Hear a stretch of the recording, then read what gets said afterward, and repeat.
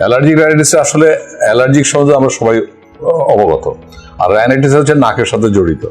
নাকের ভিতরে কোনো প্রদাহ, সেই প্রদাহটা যদি অ্যালার্জির জন্য হয়ে থাকে, এই প্রদাহটা মানে ইনফ্লামেশন, আমরা বাংলায় ইংলিশটা অনেকেই ভালো বুঝি ইনফ্লামেশন। এই ইনফ্লামেশনটা যখন নাকের মধ্যে অ্যালার্জি জনিত কারণে হয় তখন এটাকে বলা হয় অ্যালার্জিক রাইনাইটিস।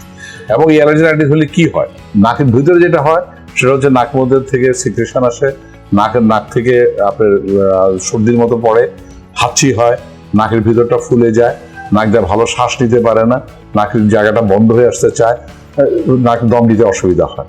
এটা হচ্ছে তার নাকের মধ্যে প্রবলেম হয়। বাইরে যে প্রবলেমটা হয় অনেক সময় এই রাইনাইটিস থাকতে থাকতে তার শ্বাস নিতে কষ্ট হয়, শ্বাসটা ভালো আসে না, অনেকে এটাকে অ্যাজমা মনে করে বসে।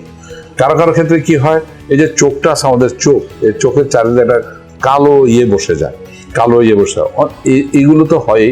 কারো কারো ক্ষেত্রে কি হয়, বমির ভাব হয়, সে ভালো ঘুম হয় না, তার ডেভেলপমেন্টাল প্রবলেম হয় এই অ্যালার্জি থেকে, ঘুমও ভালো হয় না, নানা রকম প্রবলেম দেখা দেয়।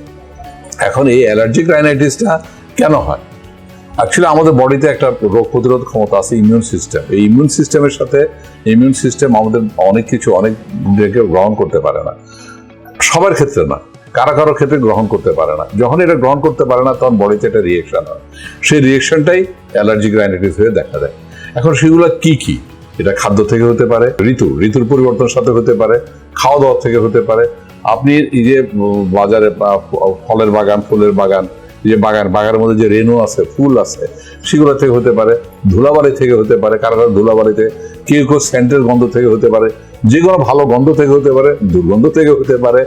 আপনি দরজা খুললেন, দরজা খুলে হঠাৎ একটা বদ্ধ ঘরে ঢুকলেন, বদ্ধ ঘরের যে বাতাসটা আসলো সেটা থেকে হতে পারে।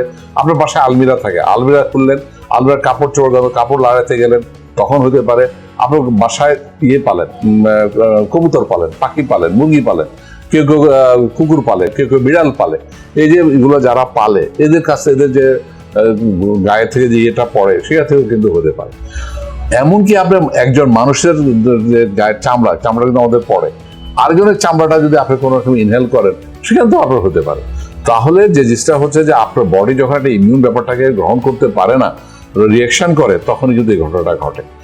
এখন এটাকে কিভাবে দূর করা যেতে পারে? একটা হচ্ছে ধরেন বাইরে আমার যেটা হচ্ছে, সেটা বাইরের যে জিনিসগুলো, সেগুলো থেকে আমাকে ফার্স্ট জিনিস আমাকে এটা অ্যাভয়েড করতে হবে। আমাকে ফাইন্ড আউট করতে হবে কিসে আমার এই প্রবলেমটা হয়। ধুলাবালিতে গেলে আমার বেশি হয়, না কোনো ফুলের গ্রান নিলে হয়, না আমি সেন্ট ব্যবহার করলে হয়। আপনি আবার সব সেন্ট ব্যবহার করলে হয় এমন কিন্তু না, কেউ আছে যে কোনো সেন্টে ব্যবহার করতে পারে না, আবার কেউ কিন্তু ডিস্টিংগুইশ করতে পারে কোন সেন্টটা সে গ্রহণ করতে পারে।